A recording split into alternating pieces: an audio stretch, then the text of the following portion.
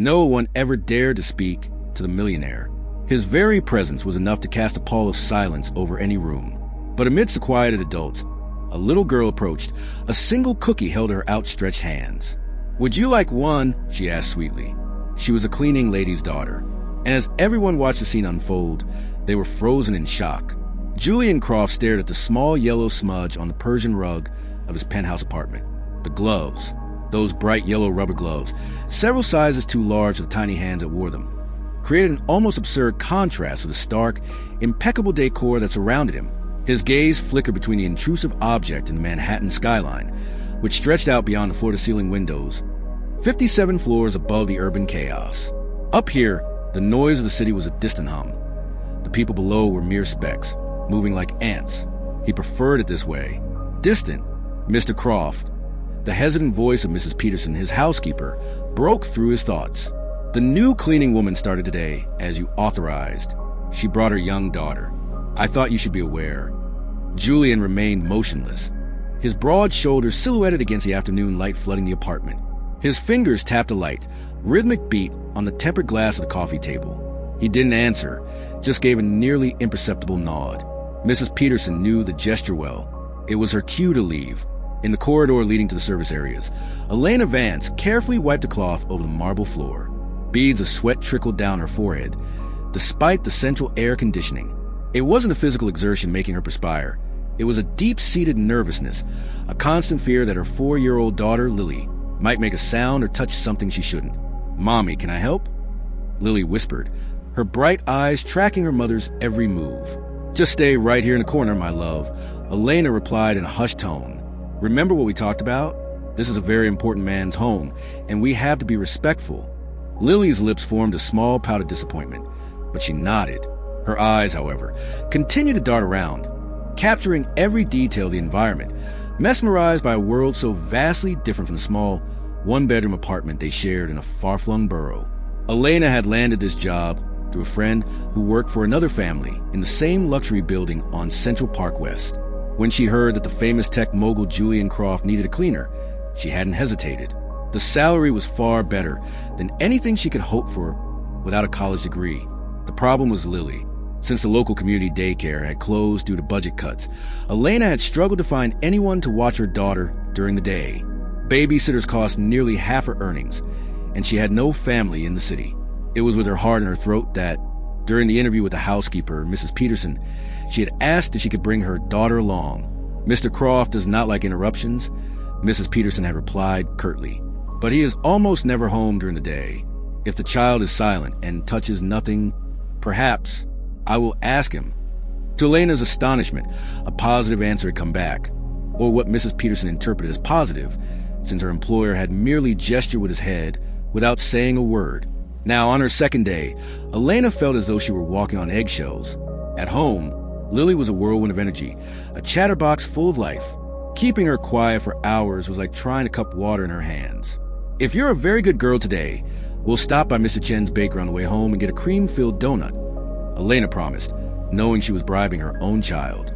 A necessary sin. Lily beamed, revealing a tiny gap between her front teeth. Her round cheeks rose with a smile, creating little dimples. "Can I wear my gloves?" she asked, pointing to the yellow rubber glove Elena had bought at a discount store. The girl adored imitating her mother. "All right, but stay right here beside me, okay?" Lily pulled on the gloves, which dwarfed her tiny hands, and began to clean a vase with the tip of her finger, lost in her imaginary task. On the other side of the apartment, Julian was reviewing documents in his home office. He rarely worked from home, preferring controlled, impersonal atmosphere of his corporate headquarters downtown.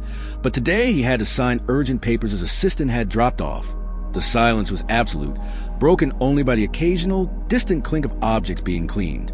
Julian liked it that way. Silence meant order, and order meant control. And control was all that mattered. At 38, Julian Croft had built a technology empire. His company developed enterprise management software used by major corporations across the globe. He had started from nothing, in a small rented apartment in Brooklyn, and now commanded a staff of over 500. People called him the Glacier, a title that didn't bother him. On the contrary, it served its purpose. No one dared to approach Julian with anything beyond what was strictly necessary. His piercing gaze seemed to freeze anyone who attempted a more personal connection. What no one knew, or at least never spoke of, was that Julian hadn't always been this way. There was a time before everything, when he smiled easily, when he believed in things beyond spreadsheets and contracts. But that was long buried, along with memories he refused to revisit. The morning passed with the tranquility Julian demanded. Around noon, he decided to get a coffee from the kitchen. That's when it happened. As he rounded the corner of the hallway, he nearly tripped over something small. Lily was standing there, looking up at him with enormous brown eyes, her hands clad in the yellow rubber gloves, holding up a cookie, a simple vanilla wafer, a small bite already taken from it. Time seemed to stop. Julian, the man who made executives tremble, found himself momentarily speechless. The little girl, in contrast, showed no sign of intimidation. "Would you like a piece of my cookie?" Lily asked with the pure, unwavering confidence only a child could possess. Her voice was clear, without a trace of hesitation. "Mommy says it's polite to share." From afar into the hall, Elena appeared with a bucket, her eyes widening in panic as she took in the scene. The cookie, her daughter, the millionaire. Her job evaporating before her eyes. "Lily!" she exclaimed in a sharp whisper. "Come here right now." "I am so sorry, Mr. Croft. But Julian wasn't looking at her. His eyes remained fixed on the small figure before him, on the absurdly large yellow gloves, on the broken cookie offered up as if it were a precious treasure. Something shifted inside him then. A microsecond of hesitation, a tiny fissure in his perfectly constructed armor. Julian Croft, the iceberg, the man who bowed to no one, slowly knelt until he was at eye level with the little girl. "Thank you," he said, his voice, normally so firm, sounding strangely soft. And to Elena's utter shock, who watched holding her breath, he accepted the piece of cookie from those small, gloved hands. Lily smiled, satisfied, as if she had just closed the most important deal in the world. "It's vanilla," she explained seriously. "It's my favorite. Mommy always puts one in my lunchbox." Julian nodded as if receiving a crucial piece of information for a multi-million-dollar negotiation. "It's been a long time since I've had one of these," he replied, and there was something in his voice, a nearly imperceptible note of nostalgia, that made Elena frown in confusion.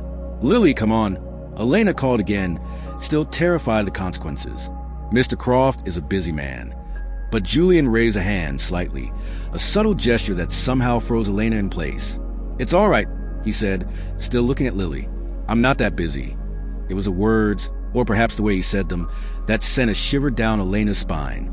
In 2 days working in that apartment, it was the first time she had heard him speak more than 2 words in a row.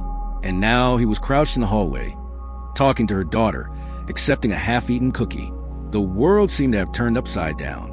Lily, completely oblivious to the extraordinary nature of the moment, continued.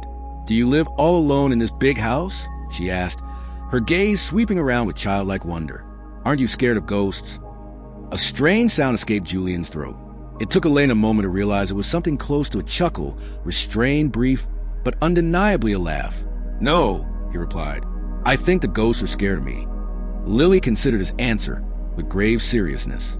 "You don't look scary," she concluded finally, with the brutal honesty of children. It was at that moment that Mrs. Peterson appeared, freezing in the hallway as she saw the scene. Her jaw literally dropped. The feared tycoon was crouched on the floor, conversing with a 4-year-old. "Mr. Croft," Mrs. Peterson finally managed to say, "your lunch is served." Julian stood up, resuming his usual posture, but something was different, a slight relaxing of his shoulders, perhaps a barely noticeable softening around his eyes. "Thank you for the cookie, Lily," he said, and then, turning to Elena, he added, "Your daughter is welcome here." With that, he walked down the hall, leaving behind 3 people in various states of shock. Elena was breathing as if she had just run a marathon, and Lily, utterly unaware of the miracle she had just performed, simply smiled and took another bite of her cookie. That was the beginning of something no one could have predicted, something that started with a simple vanilla wafer and a pair of oversized yellow gloves. In the days that followed, a strange new rhythm established itself in the penthouse. Elena continued her work with the same quiet efficiency, but there was a subtle shift in the atmosphere. Julian no longer sequestered himself entirely in his office. He would occasionally emerge, as if by chance, around the same time Lily usually had her snack. The little girl, free of a shyness she never really possessed, now greeted him with unbridled enthusiasm whenever she saw him. Good morning, Uncle Julian, a nickname she had invented on the third day, and which, to everyone's astonishment, he never corrected. Mrs. Peterson observed these interactions with a mixture of fascination and disbelief. In 6 years of working for Julian Croft, she had never seen him show interest in any human being beyond a strictly professional capacity. Now, he would pause to listen to a 4-year-old's rambling stories, responding with a patience no one had ever witnessed in a corporate boardroom. Elena, for her part, remained on high alert. Despite her boss's apparent transformation, she couldn't completely relax. Years of struggle as a single mother had taught her that good things rarely lasted. At any moment, the spell could break. One Friday, as Elena was finishing her shift, Julian appeared in the service area. "Elena," he said, his voice still carrying that formal edge. "I'd like to speak with you for a moment." Her stomach plummeted. This is it, she thought. He's tired of Lily's presence. "Lily mentioned that tomorrow is your birthday," he continued, interrupting her spiral of anxiety. Elena blinked, confused. "Yes, sir." She gets excited about these things. "She also mentioned that you were planning to go to the park, but the forecast is for heavy rain all weekend." Julian spoke as if discussing the terms of a contract, yet there was something different in his eyes. "I have a cabin in the Berkshires. It's empty. I thought perhaps—" He paused, as if the next words were difficult to find. "Perhaps you would like to use it for the weekend, as a bonus for your excellent work." Elena felt a flush creep up her neck. A cabin in the Berkshires. She had never been outside of New York City since arriving from a small town in the Midwest 6 years ago, pregnant and alone. "I couldn't possibly accept, Mr. Croft. That's too generous." "It's not generosity," he replied quickly, almost offensively. "The cabin sits empty most of the time. It's a waste. And Lily," he hesitated again, "Lily mentioned she's never seen real stars away from the city lights." There was something so unusual about the conversation that Elena found herself at a loss for how to react.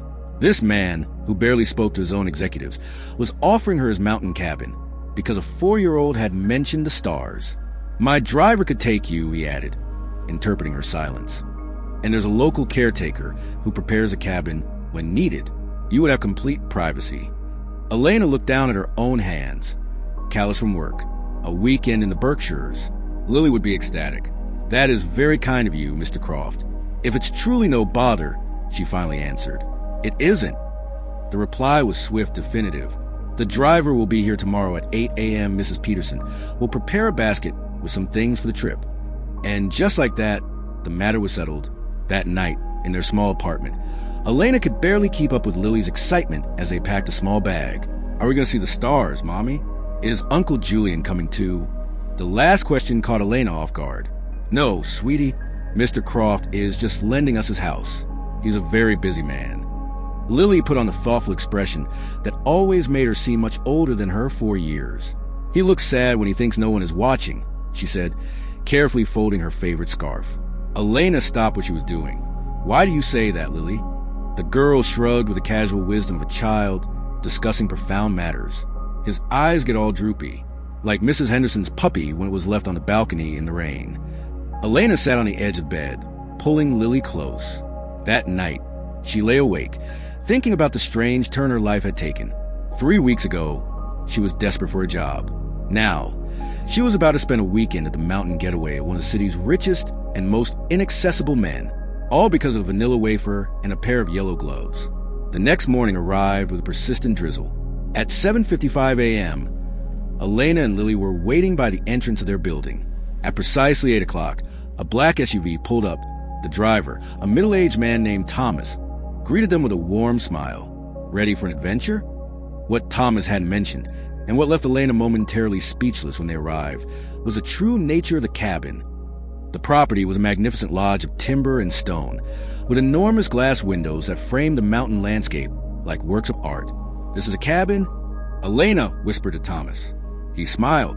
"By Mr. Croft's standards, yes." A woman in her 60s named Clara welcomed them at the door. "Welcome. Breakfast is served on the back porch. Mr. Croft gave specific instructions for you to feel completely at home." The back porch overlooked a small valley where the morning mist still clung to the trees. A table was laden with an assortment of breads, fruits, and pastries. In the center was a covered plate. When Lily lifted the lid, her eyes widened in delight. vanilla wafers, decorated with colorful icing to look like smiling faces. "Look, Mommy, they're just like the one I gave Uncle Julian." Elena felt an inexplicable emotion rise in her throat. Julian Croft had remembered. Then she noticed the envelope propped against the breadbasket. Her name was written on the front in a strong, elegant script. With trembling fingers, she opened it. Inside was a simple card with a few handwritten lines. "Elena, happy birthday. Thank you for sharing a little of your daughter's light with me. Enjoy the weekend. JC." She reread the card 3 times. A month ago, Julian Croft was just an intimidating name. Now, he was giving her a weekend at his mountain estate and thanking her for her daughter's presence. Across the table, Lily was munching on a cookie, her yellow rubber gloves a beautifully incongruous sight against the elegant table setting. Elena tucked the card back into the envelope, a strange mix of gratitude and confusion washing over her. There was a story behind the sad eyes Lily had noticed, a reason a man so closed off would open up to a child with cleaning gloves and vanilla wafers. But for now, with the scent of fresh coffee in the air and her daughter happy, Elena decided that the mysteries of Julian Croft could wait. The return to the city on Sunday night brought a strange mix of emotions. The weekend had been a dream. They had built a snowman out of artificial snow from a machine Clara had set up in the garden. Another gift from Uncle Julian, as Lily insisted on calling him. The drive back was quiet. When they reached Elena's building, Thomas insisted on carrying their bags up. "It was Mr. Croft's pleasure, believe me," he said with a knowing smile. "I've never seen him so interested in something that wasn't work." The next morning, Elena went to Julian's apartment with a mixture of gratitude and apprehension. Mrs. Peterson informed her that Mr. Croft was home and had asked to see her. He was standing by the window when she entered his office. The difference was in his eyes.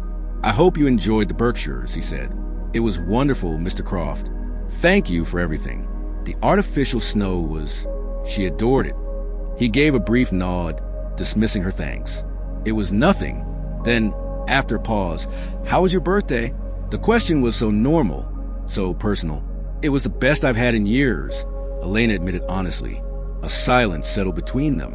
"Elena," he finally said, his voice taking on a more formal tone, "I'd like to make you a proposition." Her stomach lurched. "A proposition?" "I've been observing Lily," he continued. "She is an extraordinary child.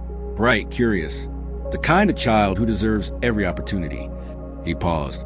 "I've noticed the daycare she attends doesn't offer much in terms of educational stimulus.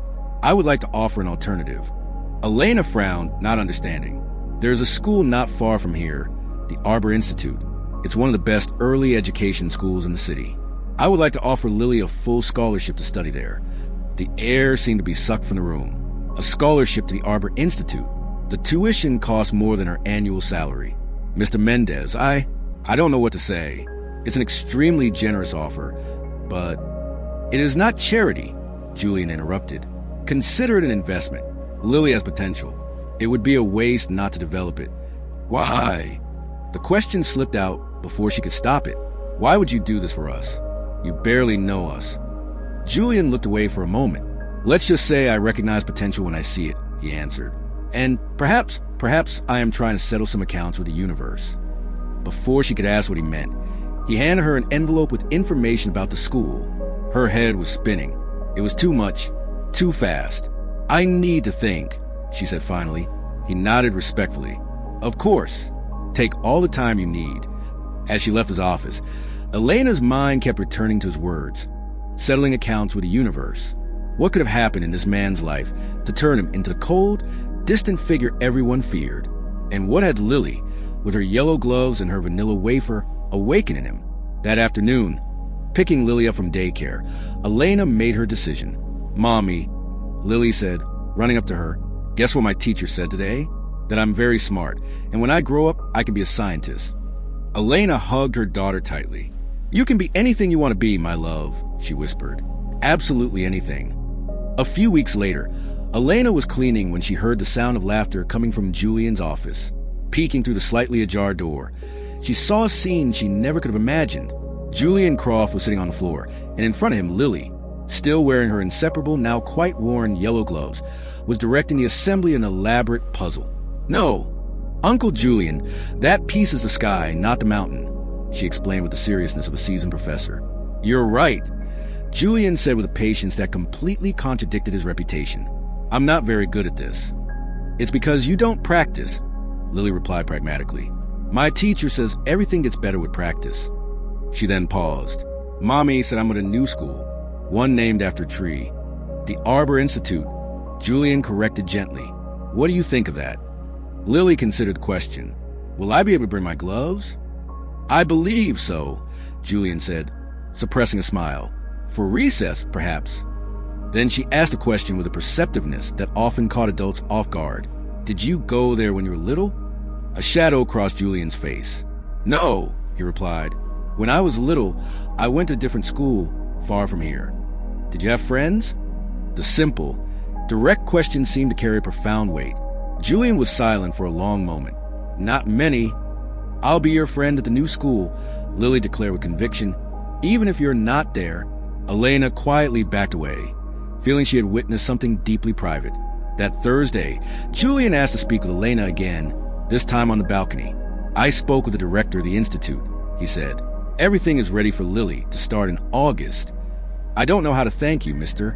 Julian," he corrected, still not looking at her. "I think after all this, you could call me Julian." Elena gathered her courage. "Can I ask you something personal? The truth. Why are you doing all of this?" The silence that followed was heavy. Then, something in his expression gave way. "I had a daughter," he said, his voice so low she had to lean in to hear. "Or I would have. She was never born." The revelation hit Elena like a physical blow. "I'm so sorry," she murmured. "It was a long time ago." 7 years, he said, his voice distant. "A car accident. My wife, she was 8 months pregnant." 7 years. Around the same time Lily was born. Suddenly, so many things started to make sense. Her name was going to be Clara Rose, he continued. "My wife, Amelia, loved the name. When I saw your daughter in that hallway, with those absurd yellow gloves and that cookie, it was as if something that had been frozen inside me began to thaw. And then when I learned her name, a name so close." "I know this must seem strange," he continued, now looking directly at her. "I'm not trying to replace anyone. It's more like the universe gave me a second chance. Not be a father, but perhaps to make a difference." The heartbreaking story explains so much about the man before her. The coldness, the isolation, the sudden connection with Lily. "It's not strange," she said finally. "It's human." A flicker of emotion crossed his face. "After the accident, I buried myself in work," he explained. "I built this empire, convinced myself it was all that mattered, until a child with yellow gloves offered me a cookie. Uncle Julian, Mommy, the cookies are ready." Lily's voice echoed from inside, breaking the moment. "It seems we're being summoned," he said, a small, sad smile on his face. As they walked to the kitchen, Elena felt that something fundamental had shifted. She now knew his secret. They had crossed an invisible boundary, from employer and employee to something more. In the kitchen, they found Lily standing on a stool, proudly presenting a tray of slightly misshapen chocolate chip cookies. Observing the scene, Lily beaming with pride, Julian tasting a cookie as if it were a fine delicacy, Mrs. Peterson watching with a look of bemused admiration, Elena felt an odd sense of belonging, as if, improbably, they were becoming a kind of family. The first day of school at the Arbor Institute dawned with a typical city drizzle. To Elena's surprise, when the car arrived, Julian was in the back seat. "I thought it would be appropriate to accompany Lily on her first day," he said, an almost shy quality in his voice. The ride was filled with Lily's excited chatter. At the school's entrance, the headmistress personally came to greet them. Lily, suddenly a little intimidated, clutched Elena's hand. "Mr. Croft won't be coming too?" Lily asked, looking at Julian with wide, hopeful eyes. A raw, vulnerable emotion passed over Julian's face. "I have meetings today," he said gently, "but I promise I will come with your mother to pick you up together very soon." "Okay." The answer seemed to satisfy Lily, but at the last moment, she ran back and, to everyone's astonishment, threw her arms around Julian's waist in a quick, spontaneous hug. "Thank you for the tree school, Uncle Julian," she said, before disappearing down the path with the headmistress. Elena and Julian stood side by side, a strange intimacy in the shared moment, like a couple seeing their child off to school. "She will be fine," Julian said again, his voice slightly hoarse. "Thank you," Elena insisted. "You brought something back to my life I didn't even know I had lost." They returned to the car in silence. Instead of dropping Elena off her work, Julian instructed Thomas back to the penthouse on the balcony where he had first shared his story. The rain now created a silver veil over the city. "Elena," he began, his voice controlled but with a faint tremor, "before you and Lily came into my life, I merely existed. I worked, ate, slept, and repeated the cycle. I convinced myself it was enough. It wasn't." He turned to face her, his eyes more vulnerable than she had ever seen them. "What I'm trying to say, probably inadequately, is that you have both become important to me, more than I ever imagined possible."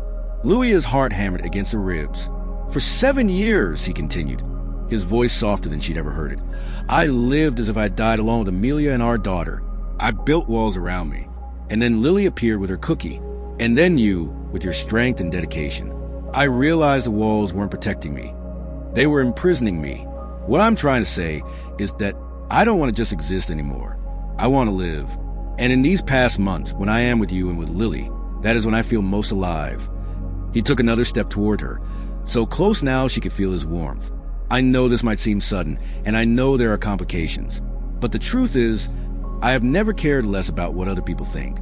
He smiled then, a full, open smile that transformed his face. "I am trying, very clumsily, to say that I have fallen in love with you, Elena, and that I love Lily as if she were my own." The words hung between them, crystalline and powerful. For months, Elena had fought her own growing feelings, convincing herself it was just gratitude. She began, her voice a whisper. "I've fallen in love with you, too." It was Julian's turn to look surprised. He stepped forward and, with a tangible hesitation, took her hands in his. At first, perhaps it was about what I had lost, he admitted with raw honesty. "Lily reminded me of that, but then I got to know you, your strength, your heart, and I fell in love with the incredible woman you are." Tears streamed down Elena's cheeks. He gently wiped one away with his thumb. "I know we need to think about Lily, but I had to tell you how I feel." Elena didn't let him finish. Rising onto her toes, she pressed her lips to his. For an instant, he seemed frozen in surprise, but then his arms wrapped around her, pulling her close, deepening the kiss with an intensity that made the world fade away. The months that followed were a careful, joyful dance of learning. They took things slowly, for Lily's sake, but the little girl, who already adored her Uncle Julian, accepted the change with surprising ease. "Mommy, is Uncle Julian going to be my daddy now?" she asked one night. "How would you feel if he was?" Elena asked cautiously. Lily thought for a moment. "I'd like that," she declared. "He makes you smile a lot, and he helps me with the hard puzzles." When Elena recounted the conversation to Julian, she heard something she had never heard before. The sound of him quietly weeping. "I just never thought I would have this again," he said, his voice thick with emotion. "A family." The following spring, as the trees at the Arbor Institute bloomed, Julian took them for a picnic on the school grounds. "Sophia," he said, kneeling to her level, "I have a very important question to ask your mother. But first, I wanted to ask you something. Would you give me permission to ask your mother to marry me? And if she says yes, would you accept me as your father?" Lily's eyes went wide, and then a huge grin spread across her face. "Yes!" she shrieked, jumping up and down. "Yes! Yes! Yes!" Tears filled Elena's eyes as Julian turned to her, still kneeling, now pulling a small velvet box from his pocket. "Elena Vance," he said, his voice trembling with emotion. "You brought light back into my life when I thought I would live forever in darkness. You and Lily taught me how to love again. Will you do me the honor of becoming my wife?" "Yes," she answered, the tears now flowing freely. "Yes, Julian, I will." They were married that autumn, in an intimate ceremony in the gardens of the Berkshire Lodge, with Lily as the maid of honor, her inseparable yellow gloves replaced for the occasion with a pair of white satin ones. Months later, as Lily was about to turn 6, Elena and Julian sat her down on the penthouse balcony to give her special news. "I'm getting a baby?" Lily gasped with the instant comprehension that only children possess. "Yes, princess," Julian said, his arm around Elena's shoulders. "In a few months, you're going to be a big sister." Later that night, with Lily finally asleep, Julian and Elena stood on the balcony, watching the city lights.